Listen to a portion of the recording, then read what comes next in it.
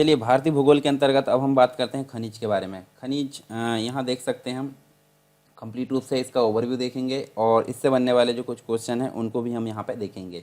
तो किसी भी देश की जो आर्थिक और सामाजिक उन्नति होती है वो उसके प्राकृतिक संसाधनों की उपयुक्त उपयोग से होती है, यानी कि खनिज जो संसाधन उनके उपयोग से। और इस संबंध में अगर देखें तो हमारे वर्तमान एवं भविष्य के कल्याण से है। और खनिज एक ऐसे क्षयशील संसाधन होते हैं जिन्हें दोबारा नवीनीकृत नहीं किया जा सकता और इनके संरक्षण की आवश्यकता बहुत अधिक होती है। तो इसमें हम उन्हीं चीज़ों को जानने वाले हैं, ठीक है। और खनिज की अगर बात करें तो खनिज क्या होते हैं? खनिज वह चट्टानी पदार्थ होते हैं जिसका रासायनिक संगठन व परमाणु संरचना सुरक्षित है तथा वह प्रकृति में कार्बनिक और अकार्बनिक क्रियाओं के फलस्वरूप निर्मित होते हैं, उनको खनिज बोलते हैं, यानी कि खनिज कहलाते हैं, ठीक है। खनिज के अंतर्गत हम जो है बहुत सारे खनिज के प्रकार देखेंगे। जैसे कि देखिए, खनिज जो होते हैं अलग अलग प्रकार के होते हैं, जैसे धात्विक खनिज होते हैं, अधात्विक खनिज होते हैं, परमाणु खनिज होते हैं, जीवाश्म खनिज होते हैं। तो धात्विक खनिज के अंतर्गत दो चीज़ें आती हैं, जैसे लोह खनिज और अलोह खनिज। लोह के अंतर्गत मैग्नीज है, निकेल है, कोबाल्ट है, टंगस्टन है, क्रोमियम है। और अलोह खनिज के अंतर्गत चांदी है, सीसा है, तांबा है, टिन, जिंक, जस्ता, प्लेटिनम, एल्यूमिनियम और सोना आता है। इसके अलावा अगर बात करें आधात्विक खनिज की, तो आधात्विक खनिज के अंतर्गत आपको देखने को मिलेंगे एस्बेस्टस देखने को मिलेंगे, अभ्रक, पायराइट, नमक, जिप्सम, हीरा। इसके अलावा संगमरमर, चूना पत्थर, विभिन्न प्रकार की जो मिट्टी है वो भी यहाँ देखने को मिलती है। परमाणु खनिज में आपको देखने को मिलेगी यूरेनियम, थोरियम, इलेमाइट देखने को मिलेगा, बेराइट देखने को मिलेगा, सुरमा, ग्रेफाइट। इसके अलावा जीवाश्म के अंतर्गत आपको कोयला देखने को मिलेगा, खनिज तेल, प्राकृतिक गैस, ये सभी चीज़ें देखने को मिलेंगे। तो चलिए एक एक करके हम यहाँ पे थोड़ा जो है डिस्कशन कर लेते हैं इनके बारे में। सबसे पहले हम बात करेंगे कोयला की। तो कोयला आपको पता है, कोयला मतलब काला हीरा इसको बोला जाता है और वनस्पति का परिवर्तित स्वरूप ही कोयला कहलाता है। जब पेड़ पौधे प्राकृतिक क्रियाओं के कारण जमीन के अंदर दब गए होते हैं तो ऊपर के दाब एवं अंदर के जो ताप है उससे कोयले में वो परिवर्तित हो जाते हैं। और भारत का 98% कोयला जो है गोंडवाना यूगीन है। दो प्रकार की जो प्लेट हम देख सकते हैं, एक तो अंगारा लैंड और एक गोंडवाना लैंड। तो गोंडवाना लैंड का कोयला माना जाता है भारत का 98%, जिसकी आयु लगभग 25 करोड़ वर्ष है। और एवं शेष 2% कोयला आपको तृतीयक एवं टर्शियरी युग का कोयला देखने को मिलता है। इसकी आयु आपको 1.5 से 6 करोड़ देखने को मिलती है, 6 करोड़ वर्ष के। मतलब कार्बन की मात्रा के आधार पर कोयले को 4 प्रकार से बांटा गया है, जैसे कि एंथ्रेसाइट होता है, बिटुमिनस होता है और लिग्नाइट और पीट होता है। तो यहाँ देखिए एंथ्रेसाइट जो होता है ये सर्वोत्तम किस्म का कोयला कहलाता है, पहले नंबर का। 80 से 95% के मध्य इसमें कार्बन की मात्रा होती है और मुख्य रूप से जम्मू कश्मीर के रिहायशी जिलों में होता है। उसके बाद बिटुमिनस कोयला की अगर बात करें तो यह मध्य किस्म का कोयला है। 55 से 80% कार्बन की यहाँ पे होती है बिटुमिनस में, ठीक है। और भारत का अधिकांश कोयला इसी प्रकार का है बिटुमिनस। लिग्नाइट की अगर बात करें तो 40 से 55% के आसपास कोयला जो कार्बन होता है इसमें निम्न श्रेणी का है। पीट की अगर बात करें तो ये वनस्पति का ही एक रूप होता है और इसमें 40% से कम कार्बन की मात्रा होती है। इसके अलावा कोयला क्षेत्र में हम देख सकते हैं, कोयला क्षेत्र में कौन कौन सी चीज़ें देखिए, दामोदर घाटी देखने को मिलती है, सोन घाटी देखने को मिलती है, महानदी घाटी देखने को मिलती है, गोदावरी घाटी, बरधा घाटी। तो इनके बारे में हम सिर्फ जो है नाम देख रहे हैं इनके। बाकी जो ओवरव्यू मतलब उसका डिस्क्रिप्शन है वो हम खनिज वाले क्षेत्र में ज्योग्राफी में पढ़ चुके हैं। लोह अयस्क की अगर बात करें तो लोह अयस्क जो है देखिए, जो मानव सभ्यता की धुरी कहे जाने वाला जो लोह अयस्क है वो कोड़ाप्पा एवं धारवाड़ युगीन चट्टानों, आग्नेय चट्टानों में मिलता है। और इसमें निम्न प्रकार देख सकते हैं, जैसे मैग्नाइट है, ठीक है। इसके अलावा हेमेटाइट है, लेमोटाइट है और सीडराइट है। ये 4 प्रकार आप ध्यान में रख सकते हैं।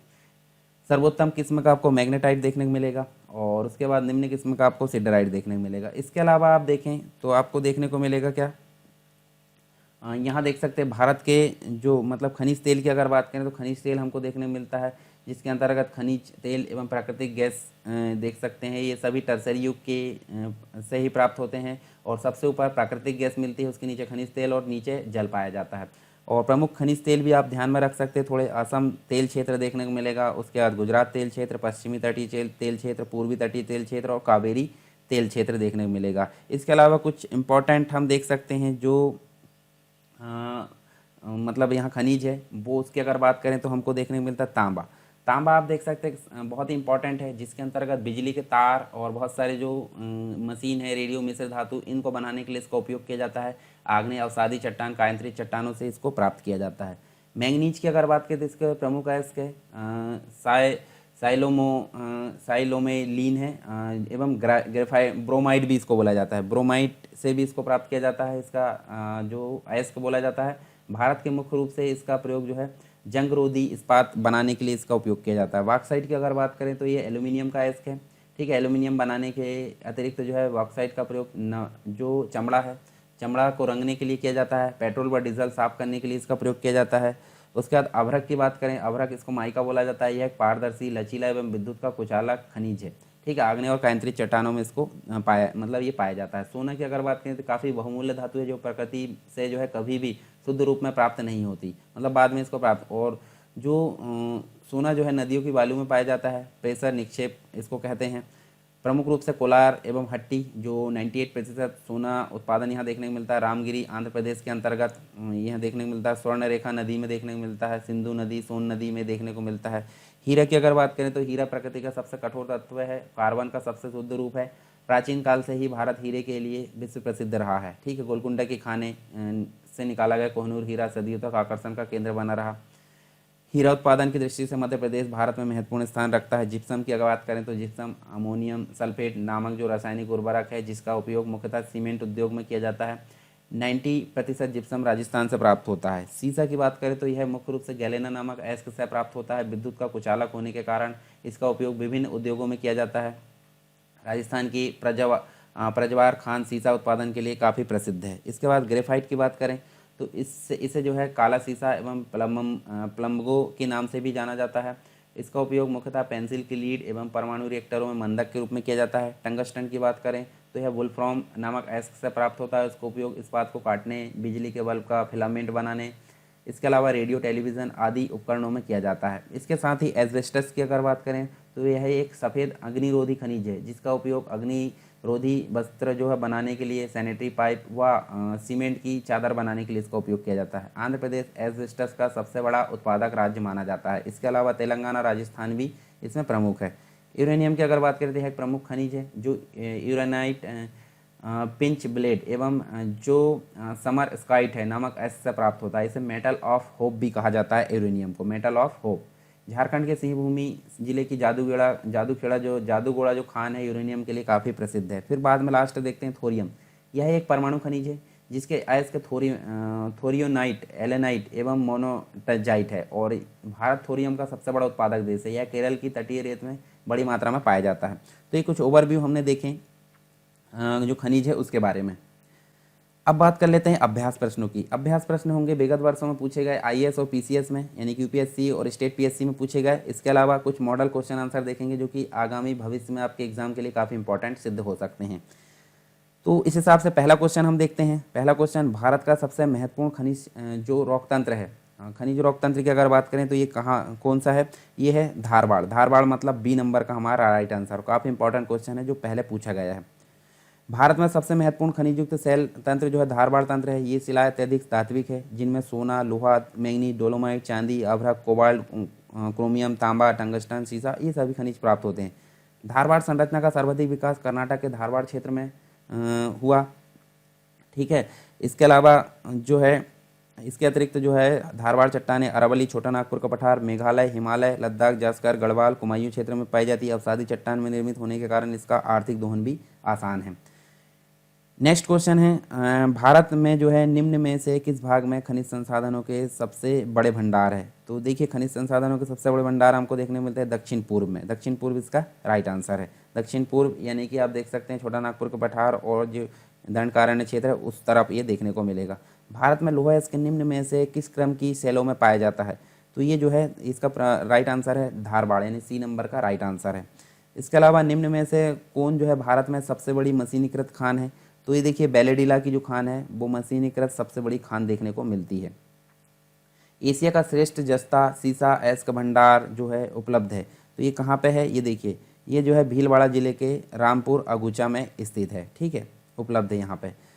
इसके बाद सूची 1 को सूची 2 से मिलाना है। और यहाँ देख सकते हैं हम, देखिए एक तरफ तांबा के क्षेत्र दिया है और एक तरफ राज्य दिया है। तो यहाँ देख सकते हैं, देखिए चंद्रपुर जो है, चंद्रपुर कहाँ? महाराष्ट्र, ये सही है। उसके बाद यहाँ देखें हासन, हासन की अगर बात करें तो ये आपको देखने को मिलेगा कहाँ पे? कर्नाटक के अंतर्गत। इसके अलावा खम्मान की अगर बात करें तो ये आपको देखने मिलेगा कहाँ पे? आंध्र प्रदेश के अंतर्गत। और खेतड़ी आपको राजस्थान में देखने को मिलेंगे। तो यहाँ पर राइट आंसर हमारा ए हो जाएगा, ठीक है।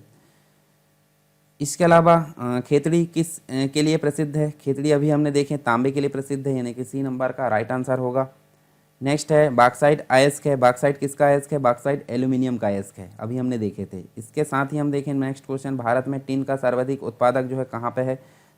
सबसे अधिक उत्पादक आपको छत्तीसगढ़ देखने को मिलेगा, बी के अंतर्गत। ठीक है, फिर उसके बाद भारत के निम्नलिखित राज्यों में से कौन जो है अभ्रक का सबसे बड़ा उत्पादक है? तो ये है सी राइट आंसर, झारखंड। झारखंड इसका सबसे बड़ा उत्पादक है अभ्रक का।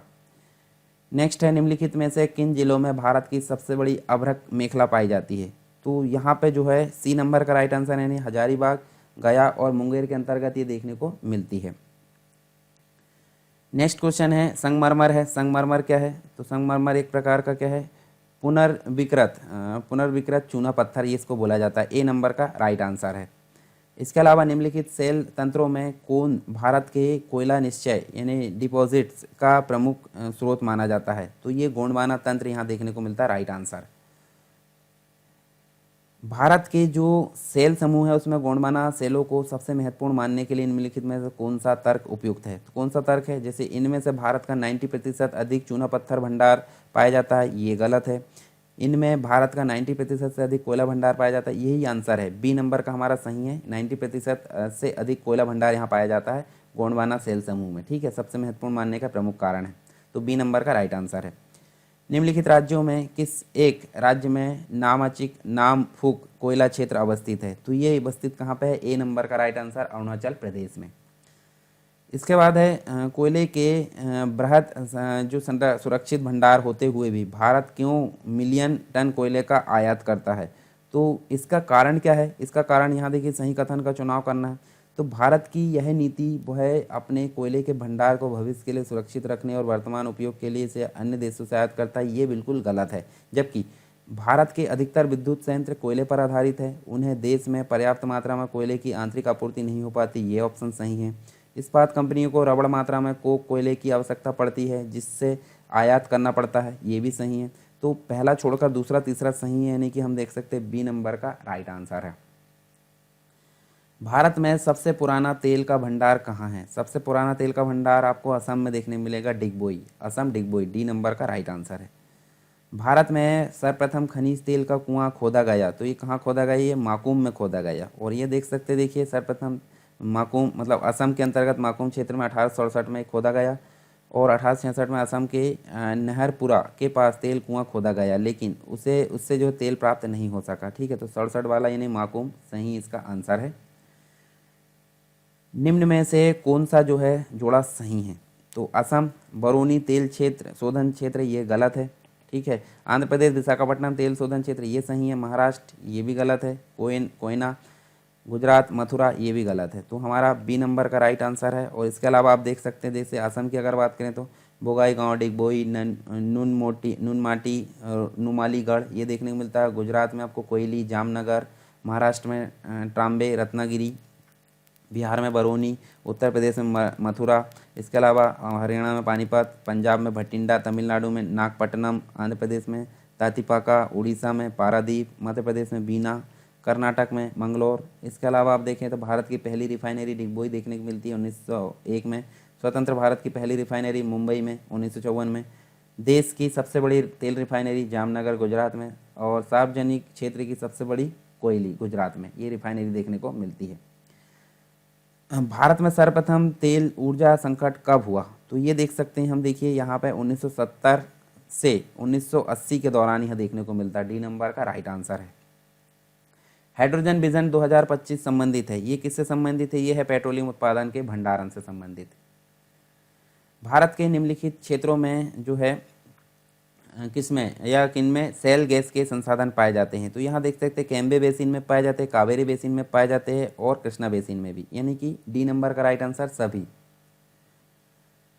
क्वार्टजाइट ये काइंथ्रिट जो है इसको हम देख सकते हैं, देखिए ये होता है किस में होता है? ये होता है बलुआ पत्थर में। क्वार्टजाइट काइंथ्रिट जो है बलुआ पत्थर में होता है।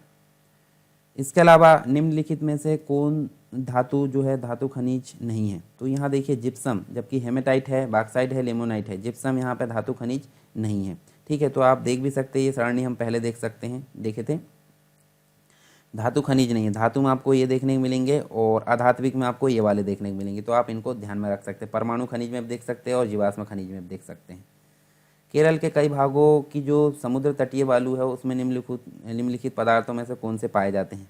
तो देखिए यहाँ पे इल्मेनाइट भी पाए जाते हैं, जिरकॉन भी पाए जाते हैं, सिल्मेनाइट भी पाया जाता है, जबकि टंगस्टन यहाँ पे नहीं पाया जाता है। यानी कि 1 2 3 यहाँ पर राइट आंसर है, बी नंबर का राइट आंसर है। ठीक है, और टंगस्टन यहाँ राजस्थान की डेगाना खाने एवं मध्य प्रदेश के होशंगाबाद जिले के आगरगांव, इसमें टंगस्टन ये पाया जाता है। यहाँ देखिए कथन दिए हैं और कथन में से आपको सही उत्तर को चुनना है। मतलब छत्तीसगढ़ राज्य में निम्नलिखित में से कौन से खनिज प्राकृतिक रूप से मिलते हैं? तो देखिए बॉक्साइट भी मिलता है, डोलोमाइट भी मिलता है, लोहा एस्क भी मिलता है, ठीक है, और टिन भी मिलता है, चारों मिलते हैं, यानी कि डी नंबर का राइट आंसर है। इसके अलावा प्लेसर निक्षेप के संबंध में निम्नलिखित नीचे दिए गए कथनों में सही कथन को यहाँ पे चुनना है। तो देखिए पहाड़ियों के आधार तथा धातु घाटी के तल की रेत में जरोड़ निक्षेप होते हैं, सही है। इन निक्षेपों में सोना, चांदी, प्लेटिनम जैसी महंगी वस्तु होती है, ये भी सही है। इनमें प्राय ऐसे खनिज होते हैं जो जल द्वारा घर्षित नहीं होते, ये भी सही है। यानी कि उपरोक्त सभी कथन यहाँ पे सही है, डी नंबर का राइट आंसर है। निम्नलिखित में से किन खनिजों को महासागरीय जल से प्राप्त किया जाता है? तो देखिए महासागरीय जल से किसको प्राप्त किया जाता है? यहाँ देख सकते हैं, देखिए नमक को भी प्राप्त किया जाता है, मैग्नीशियम को भी, जबकि यहाँ पे इसको जो है महासागरीय जल से प्राप्त नहीं किया जाता खनिज को, ब्रोमाइन को भी प्राप्त किया जाता है। 1 2 4 यहाँ पे राइट आंसर है, यानी कि सी नंबर का यहाँ पे सही आंसर होगा। इसके अलावा निम्नलिखित में से किस प्रक्रिया के अंतर्गत खनिज उत्खनन का कार्य स्थानीय लोगों द्वारा किया जाता है? तो ये जो है रेट होल खनन इसका राइट आंसर है, जिसके द्वारा जो है स्थानीय लोगों के द्वारा जो है खनिज उत्खनन किया जाता है। निम्नलिखित में से किस लोहे अयस्क का उपयोग विद्युत उद्योगों में विशेष रूप से होता है? तो विद्युत उपयोगों में विशेष रूप से मैग्नेटाइट का उपयोग होता है लोहे अयस्क का। ठीक है, बैलेडिला की खानों से प्राप्त लोहे अयस्क को निम्नलिखित में से किन देशों के समूह को निर्यात किया जाता है? तो यहाँ देख सकते हैं हम, देखिए कौन सा है ये है जापान, दक्षिण कोरिया, इनको जो है यहाँ पे निर्यात किया जाता है।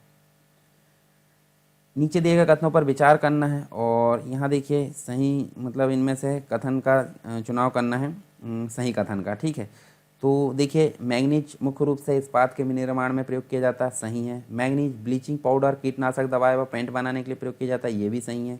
मैग्नीज निक्षेप लगभग सभी भूगर्भिक संरचनाओं में पाया जाता है, ये भी सही है, यानी कि डी नंबर का राइट आंसर है। उपरोक्त सभी कथन सही हैं। इसके बाद निम्नलिखित में से जो है किस खनिज अयस्क से एल्यूमिनियम, ये होता है बॉक्साइट से, बॉक्साइट इसका अयस्क है एल्यूमिनियम का। निम्नलिखित में से किस नदी घाटी में कोयले के जमाव नहीं पाए जाते? ठीक है, तो यहाँ देखिए कोयले के जमाव यहाँ देखने को मिलते हैं, गोदावरी में पाए जाते हैं, महानदी में, सोन में, जबकि नर्मदा में नहीं पाए जाते, तो डी नंबर का राइट आंसर होगा। पेट्रोलियम पदार्थ की प्राप्ति निम्नलिखित में से किस प्रकार की चट्टान से होती है? तो पेट्रोलियम पदार्थ की जो प्राप्ति है वो मुख्य रूप से अवसादी चट्टान की प्राप्ति से, अवसादी चट्टान से प्राप्त होती है।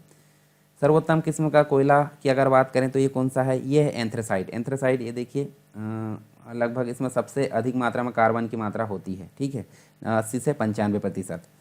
बादाम जो पहाड़ है, कोयला क्षेत्र किस राज्य में अवस्थित है? तो ये है उड़ीसा में, उड़ीसा इसका राइट आंसर होगा। और यहाँ आप देख भी सकते हैं जैसे छत्तीसगढ़ है, उड़ीसा है, झारखंड, मध्य प्रदेश, कर्नाटक, तमिलनाडु, महाराष्ट्र, आंध्र प्रदेश, तेलंगाना, इन सभी में हम देखें लोहे क्षेत्र देखें तो ये आप देख सकते हैं यहाँ स्क्रीनशॉट लेकर। मलाज खंड निम्नलिखित में से किस खनिज के लिए प्रसिद्ध है? तो ये है तांबा, और ये मध्य प्रदेश के अंतर्गत देखने को मिलता है बालाघाट में। ठीक है, और प्रमुख तांबा क्षेत्र आप देख सकते हैं राजस्थान में, झारखंड में, आंध्र प्रदेश, सिक्किम और मध्य प्रदेश में। ठीक है, भारत खनन ब्यूरो का मुख्यालय कहाँ पे है? तो ये है नागपुर, महाराष्ट्र के अंतर्गत। और यहाँ देखिए भारत के प्रमुख खनन संस्थान देखें तो नागपुर में देखने को मिलेगा, खेतड़ी, उदयपुर, नागपुर, धनबाद, जमशेदपुर, ये सभी आप देख सकते हैं अलग अलग। इसके अलावा प्रकृति का सबसे कठोर तत्व किसे माना जाता है? प्रकृति का सबसे कठोर तत्व की अगर बात करें तो ये हीरा को माना जाता है। ठीक है, सबसे अधिक कार्बन का शुद्ध रूप इसको बोला जाता है। नीचे दिए गए कथनों पर विचार करना है और यहाँ देखिए, यहाँ हमको जो है सत्य कथन का चुनाव करना है। तो देखिए भारत में कच्छ की खाड़ी में ज्वारीय तरंगे द्वारा ऊर्जा उत्पन्न करने के लिए उत्कृष्ट परिस्थितियाँ है, बिल्कुल सही है। महासागरीय तरंगों का प्रयोग विद्युत उत्पादन के लिए किया जाता है, ये भी सही है। भारत में केरल थोरियम में अग्रणी राज्य, ये भी सही है, यानी कि तीनों सही है, डी नंबर का राइट आंसर होगा। नेक्स्ट क्वेश्चन है, नीचे दिए गए कथनों पर विचार करना है और यहाँ देखिए सही कथन का चुनाव करना। उड़ीसा भारत का सबसे बड़ा बॉक्साइट उत्पादक राज्य है, बिल्कुल सही है। अमरकंटक पठार मेकल पहाड़ियाँ बॉक्साइट के निक्षेप हेतु प्रसिद्ध है, ये भी सही है, यानी कि एक और दो दोनों सही है। सी नंबर का राइट आंसर होगा। नीचे दिए गए कथनों पर विचार करना है और देखिए यहाँ पे सही आंसर का चुनाव करना है। चूना पत्थर अधिकांशतः अवसादी चट्टानों में पाया जाता है, ये सही है। चूना पत्थर कैल्शियम कार्बोनेट तथा मैग्नीशियम कार्बोनेट से बनी चट्टानों में पाया जाता है, दोनों सही है। तो एक और दो दोनों सही, सी नंबर का राइट आंसर होगा। नीचे दिए गए कथनों पर विचार करना है और सही आंसर का चुनाव करना है। सामान्यतः अयस्क खनिज में पाए जाते हैं, ये गलत है, ठीक है। खनिज अयस्क में पाए जाते हैं।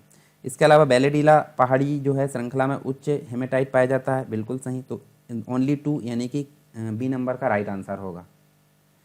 नीचे दिए गए कथनों पर विचार करना है और सत्य कथन का चुनाव करना है। तो लकड़ी, कोयला, पेट्रोलियम गैर पारंपरिक स्रोत है, ये गलत है।